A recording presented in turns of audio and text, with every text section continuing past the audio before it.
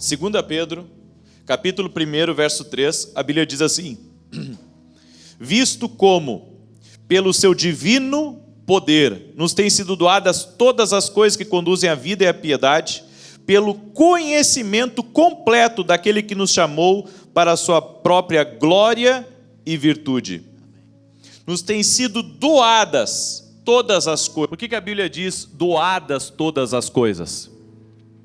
Porque já foram dadas. A Bíblia diz que em Cristo Jesus nós já recebemos. Em Cristo Jesus já estão separadas as minhas bênçãos. As minhas bênçãos estão já em Cristo Jesus, ou seja, já está espiritualmente. Eu só preciso ter acesso a elas, através da prática, através da oração. É dessa maneira, é através do sobrenatural que eu tenho acesso às coisas espirituais. E isso vai refletir no meu natural. Então, precisamos compreender isso. Toda vez que nós oramos, nós estamos fazendo algo espiritual. Entenda isso. E se você puder anotar isso, anote. Toda vez que orarmos, estamos fazendo algo espiritual. Quando oramos, estamos interrompendo eventos espirituais e afetando o que acontece. Frente de batalha, guerreando. Só que todos nós, queridos, precisamos de um suporte atrás. Todos nós temos costas. Todos nós precisamos de um intercessor. Você precisa de um intercessor. Você pode ser alguém que ora muito, você precisa de um intercessor, orando pela tua vida, te abençoando, declarando palavras de bênção, de proteção sobre a tua vida, orando por livramentos de Deus na tua vida. Então, eu posso ser alguém de muita oração, eu posso ser o tipo de pessoa que ora e ora várias horas por dia, mas eu tenho que ter alguém para cobrir minhas costas. Esses são os intercessores. Quando nós deixamos de orar, a nossa vida é regida pela maldade dos homens. 1 João capítulo 5, verso 19. Abre lá a Bíblia comigo. Olha o que a Bíblia diz. Você tem que entender que o mal plantado no coração dos homens está crescendo a cada dia. Os homens estão se tornando cada vez mais selvagens, amantes de si mesmos. Vemos crimes passionais a todo momento. Pessoas que por um celular acabam matando. Gente que, se puder subir nas costas do outro para aparecer contra um inimigo só. Nós enfrentamos exércitos diários e precisamos estar constantemente vigiando e orando. Sabe, quando eu olho para o ministério de Jesus, irmãos, eu poderia pensar que Jesus seria uma das pessoas que não precisava orar. Mas, ao contrário do que eu penso, Jesus, ele passou grande parte do ministério dele orando. Ele terminava de atender as multidões e ele ia orar. Sabe? Ele não ia descansar, ele ia orar. Porque Jesus sabia que o inferno não está de brincadeira.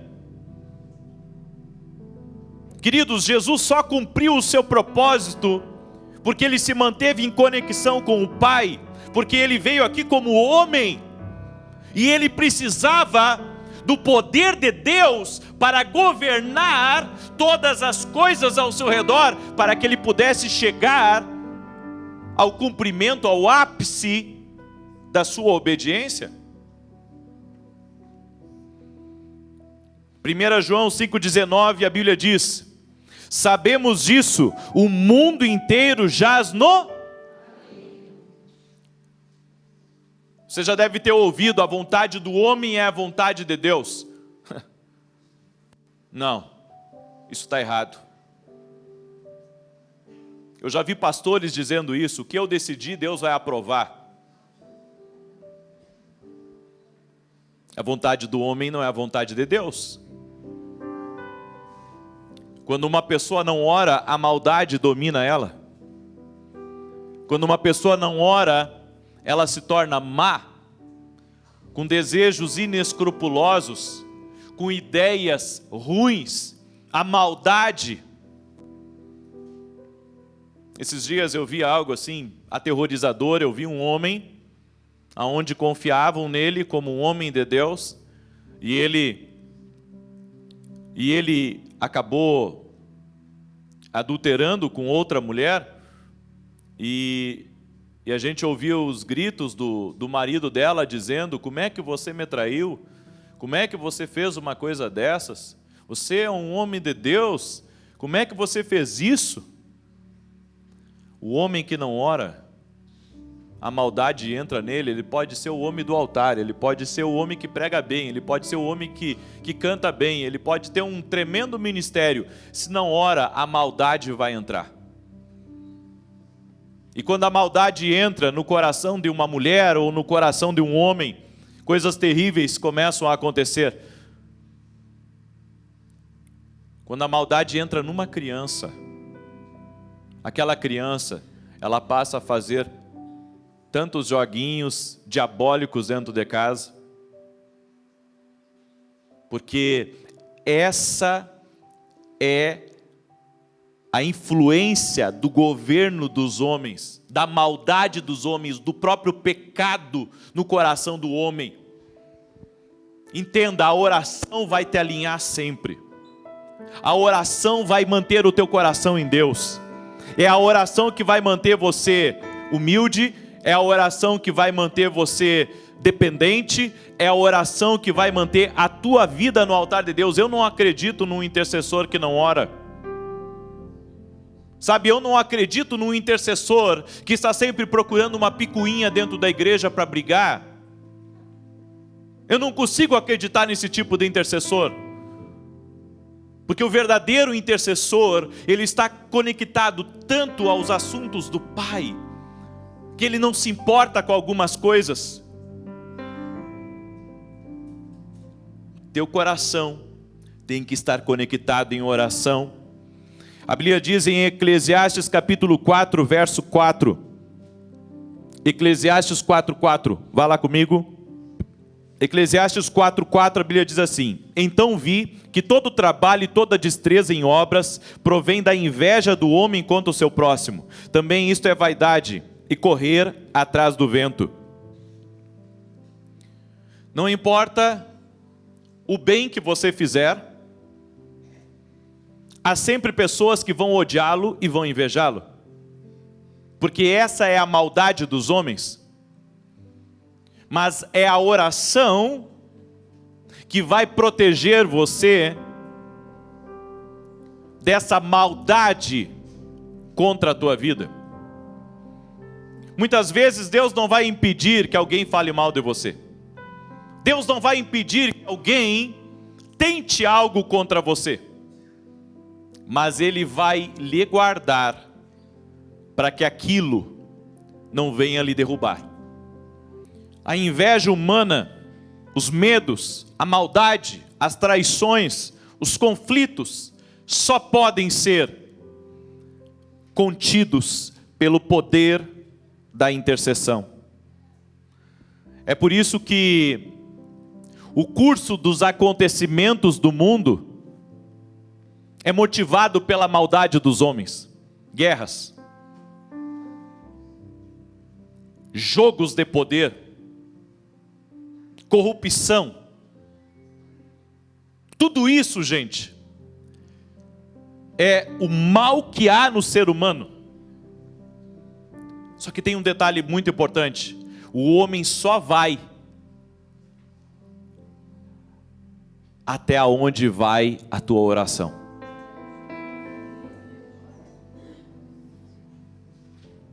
Eu ouvi algo extraordinário essa semana e quero compartilhar com vocês. São as orações dos intercessores que colocam limites no inferno.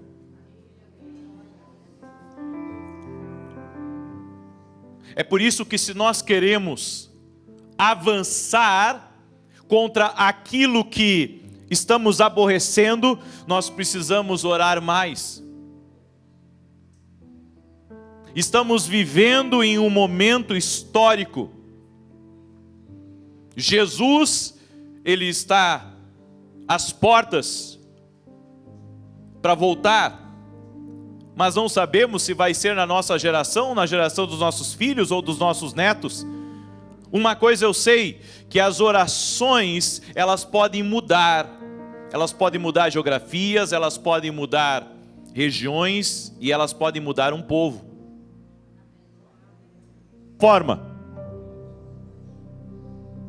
A única forma de realmente alcançarmos essa geração é por meio da intercessão. É por isso que Jesus, ele orou no jardim do Getsêmani. Existiam muitas forças que estavam trabalhando para levá-lo à morte, antes que fosse o seu tempo. Eu vou repetir. Havia muitas forças espirituais trabalhando contra ele, para que ele morresse antes do tempo. Gente, nós já estamos acostumados a dizer alguns chavões: foi a vontade de Deus. Por isso fulano partiu mais cedo. Há certas coisas que não é a vontade de Deus, é a vontade maligna. A Bíblia diz que por mais de uma vez tentaram matar Jesus antes da cruz. Só que a morte de Jesus era na cruz, não era no despenhadeiro onde tentaram levar ele. Por mais de uma vez tentaram matar Jesus. Mas as orações, elas estavam governando as circunstâncias, estavam governando a história, estavam governando aquilo que estava ao seu derredor. Então entenda isso. São as orações que vão te preservar. São as orações que vão guardar você de morrer prematuramente.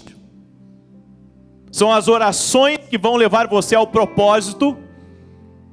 São as orações que vão preservar aquilo que é de Deus para a tua vida.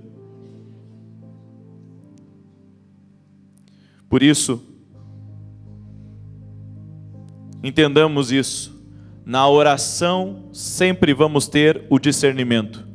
Mateus 16, verso 22 e 23 diz: E Pedro, chamando à parte, começou a reprová-lo, dizendo: Tem compaixão de ti, Senhor, isso de modo algum te acontecerá.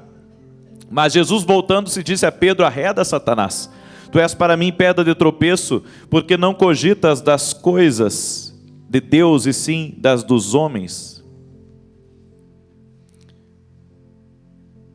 Você não cogita das coisas de Deus, mas dos homens. Sabe o que Jesus estava dizendo aqui, em outras palavras? Ele estava dizendo: eu não vou fazer o que vocês querem que eu faça. Eu vou fazer aquilo que Deus quer que eu faça. Porque a vida de Jesus era governada espiritualmente. Estava faltando para Pedro orar? Estava dormindo muito nas orações? Precisamos entender se deixarmos as coisas sem oração, elas vão seguir o curso dos homens. É a oração que vai trazer o céu para a minha vida. É a oração que vai trazer o sobrenatural para a minha vida. Se eu deixar as coisas do jeito que estão, se eu apenas frequentar a igreja, se eu apenas ajudar numa portaria da igreja, ela vai seguir o curso dos homens. Mas se eu vier à igreja e tiver uma vida de oração, se eu servir numa portaria e tiver uma vida de oração, se a minha vida estiver pautada na oração, a minha vida não vai seguir o que os homens querem. A minha vida, ela vai ter a influência do Espírito de Deus. Você está entendendo isso? Estamos falando daquilo que está sendo gerado espiritualmente.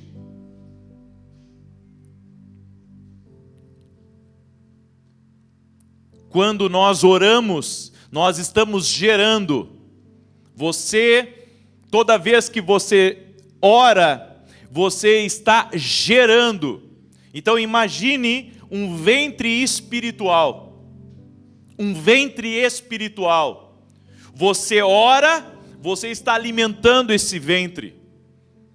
Você ora, persevera, clama pelos teus filhos, clama pelo teu marido, clama pelo teu trabalho, você está nutrindo esse ventre. Vocês sabem que um homem e uma mulher geram uma criança, mas a vida é um milagre. A vida é um milagre. Você está orando, você está gerando. E vai chegar o dia do rompimento desse milagre. E quando que chega esse dia? Quando as tuas orações já criaram no mundo espiritual, já incubaram o suficiente para o desatar daquela grande bênção na tua vida.